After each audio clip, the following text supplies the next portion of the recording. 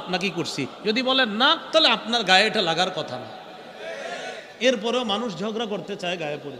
আল্লাহ বুঝার তৌফিক দান করেন। আপনারা আমার জন্য দোয়া করবেন। আমি কখনো কাউকে হিট করে কিছু বলি না, আমি শুধু কোরআন সুন্নাহর সংজ্ঞা বলি। এটা যদি কারো গায়ে লাগে সেটা তো সেই অপরাধীর গায়ে লাগবে।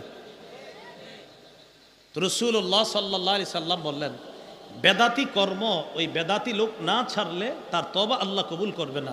আচ্ছা, আমি এই কথাটা বললাম, তো এরপরে আপনি বললেন যে থুর আপনি কইলে কোন আমি বেদাতি কাজ করবো। ভাই, আপনি করলে তো আমার ক্ষতি হবে না, আমি তো শুধু বললাম আপনি ছেড়ে দিলে উপকার আপনারও হবে। আমি চাই আমরা সবাই এক জান্নাতে দেখা করি। বেদাতের ভয়াবহতা নাম্বার 2, যেই ব্যক্তি বেদাতি কাজ করবে অথবা কোনো বেদাতিকে আশ্রয় দিবে, মনে করেন আমি কোনো বেদাতি কাজ করছি অথবা আমি কোনো বেদাতিকে আশ্রয় দিছি, আমার উপর আল্লাহর অভিশাপ, ফেরেশতাদের অভিশাপ হবে, সমস্ত মানুষের অভিশাপ হবে যদি